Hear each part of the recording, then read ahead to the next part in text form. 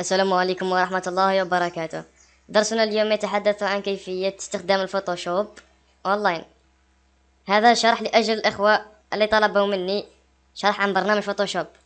طبعا هنالك الناس التي تعاني من مشاكل تحميل فوتوشوب، مشاكل تفعيل، وهنالك بعض الناس من جهازه الذي لا يقبل فوتوشوب.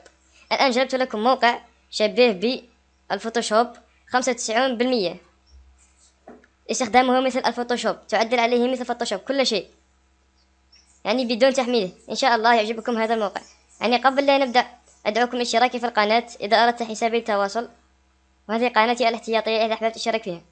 الآن فلنبدأ. عليكم بالدخول إلى هذا الموقع، رابط الموقع أسفل الفيديو. إذا عجبك الفيديو لا تنسى الإعجاب. هنا فتح صورة من الحاسوب، تصفح حاسوبك لاختيار صورة، تضغط هنا لاستخراج صورة من حاسوبك وتعدل عليها في هذا الموقع. على سبيل المثال هذه صورة. طبعا هذه الأداة، هذه مجموعة من أدوات التعديل.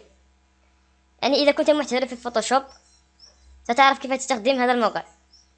اكتب في يوتيوب شرح برنامج فوتوشوب ستتعلم كيف تستخدم. حسنا، هذه أداة على سبيل المثال نقل ألوان. تضغط هنا بزر الفأر الأيمن، تضغط على موافق، عفوا.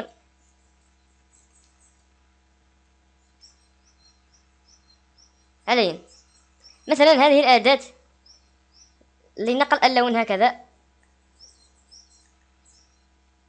أو لتضبيب الوجوه هكذا. هذه مجموعة من الخيارات يجب عليك تعرفها بنفسك. حسنا، فنفترض أنك انتهيت من تعديل الصورة. ماذا تفعل؟ تضغط على فتح، هنا فتح، تضغط على حفظ، وهنا تنتظر قليلا، تضغط على موافق، تختار مكان الحفظ، وهنا تسمي الصورة أي اسم، مثلا صورة الهاكر على سبيل المثال. أي اسم، أي اسم. قد تم حفظ الصورة، وها هي الصورة المعدلة.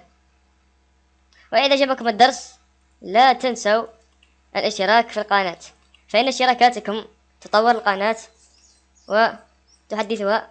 وإلى اللقاء في الدرس القادم.